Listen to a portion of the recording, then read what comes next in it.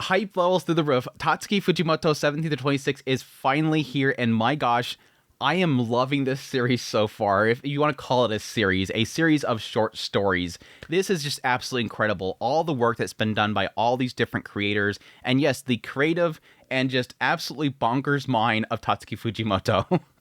Now, yes, I started watching a lot of these stories, and I've loved a lot of them so far, but there's like a point where I kind of stopped myself and thinking, do I want to do a video just covering the whole thing and maybe just like give my thoughts a little bit on each one of them, or just kind of stop and just do one episode at a time? And I ultimately came to that conclusion. I really think that since these stories are so vastly different from each other, each one of these, that it's better to kind of stop and just do an episode on each one of them and really dive into what the story itself is saying. So that's what I ultimately decided on. So hopefully you guys enjoy like my impressions on each episode separately. Some of them I may not do. We'll see how it kind of goes, because there's some of them I have not watched fully through. But let's just dive into it. The first one obviously being a couple of clucking chickens were still kicking in the schoolyard. What an episode name. Episode 1 of Tatsuki Fujimoto 17 to 26. This episode was really interesting because I've always loved the concept of what it sort of is the bullet point of, like, at some point in the episode is literally saying, what if the shoe is on the other foot? This is the idea of mankind always being at the top of the food chain and always looking down on the animals, you know, cows and chickens and whatnot, consuming them while always being at the top. And then at some point, aliens showing up and literally throwing that script on its head. Now, the aliens, because apparently they can transform and supercharge themselves, they easily wiped out the humans. But this is the cool thing, and this is what I've always loved, and I think I've experienced this in a few of the stories that's not coming to the top of my mind. I love this concept of where the aliens take over and they don't just nuke the planet or anything like that. They don't just like create their own civilization on the planet because, you know, they don't have a planet of their own and they just take our land. They like our culture, and so they basically become humans. Like they just completely replace us. They're living in our houses. They're cooking dinner on the stove. You know, they got newspapers. They got TV broadcasts and radio. They're acting like humans. They're even using our schools to train their kids. But I like this because there is sort of a twist here. And by the way, pretty much spoilers here. I'm going to get into everything about this episode. What I do like about this is that it has a little twist here because with human civilization, there's always going to be a lot of people that care a lot about animals. There's some people that are cruel. They just see them as, you know, food. They're going to want to consume them, which is not a bad thing. I do believe that cows are for eating. They're tasty. I love my beef. But the cruelty of it is like a different story. The idea of wiping it out completely is a different story. Again, that hierarchy system that we've sort of created, and that applies to the aliens as well. There is some aliens that are essentially going to view, similar to how we have people looking out for animals and whatnot, they have that as well. You have individuals that do seek out the safety of the animals that are now present, which is humans. Humans are going extinct. They're nearly gone. And yes, in the story, we have Yuto and Ami. Yuto and Ami are two humans, I know, two humans that are dressed up as chickens living in this school courtyard. Yuto claims at some point he found Ami at this grade school, and he's been looking out for her for a while. And you have this one alien that's, you know, at this school is coming down there to take care of those animals, you know, feeding the chickens. Yes, why they don't know that these two humans, obviously humans with these massive chicken heads, circled chicken heads, like, you know, like a mascot character on their head going cluck cluck. Why they don't know that those are humans is because they identify humans, or at least creatures, based on their face. And so they're seeing this big chicken head. They don't even know what it is. But the other thing is that, yes, aliens don't really like eating chickens or animals of this world. But they would really love to eat a human. But yes, Yohei, this alien, has been looking out for them. And again, he's going to be sort of the insert character of what humans are to being like animal preservation. They want to protect the animals and whatnot. He's that case. He likes the idea of protecting humans. Unlike, you know, everybody else that just wants to consume them because they're tasty and doesn't really care about them going extinct or anything.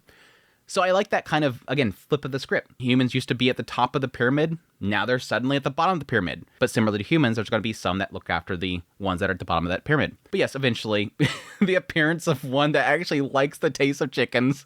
He's from a planet where they eat chickens or something like that. So he wants to eat the chickens. Oh, they're actually cats. Meow.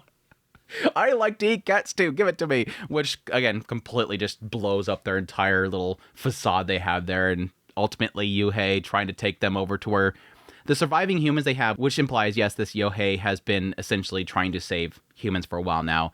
And I guess I got a glimpse of that when you had that scene in the classroom where he said, why do we eat humans? They're intelligent, just like us. Doesn't that seem bad?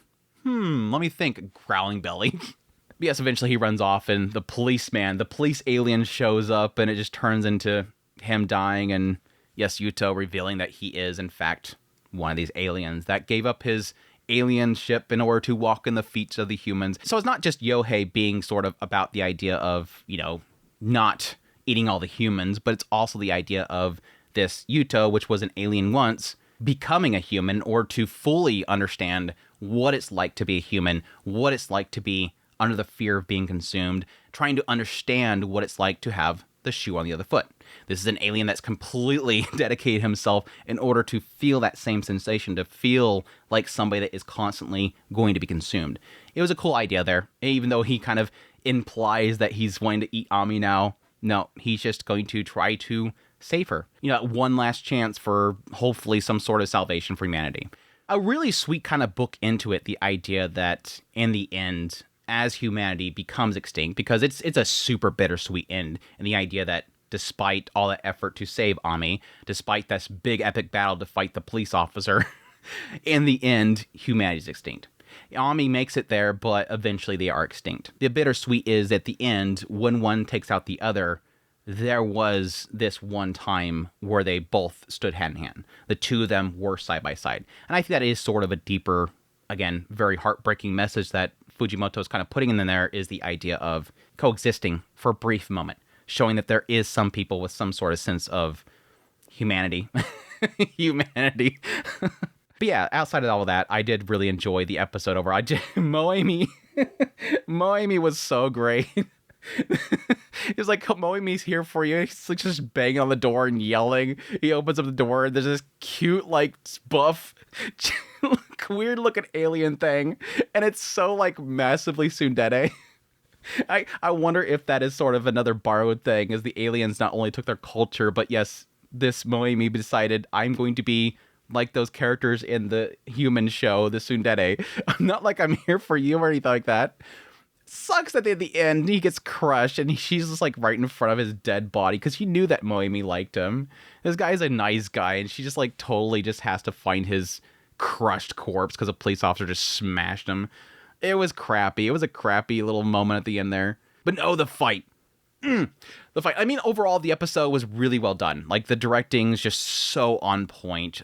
Some of the action scenes were so great. Like, even the courtyard scene at the school was amazing. Just this dude just suddenly just transforms and goes after the chicken. And then, yeah, Yohei comes in and just, like, drop kicks him.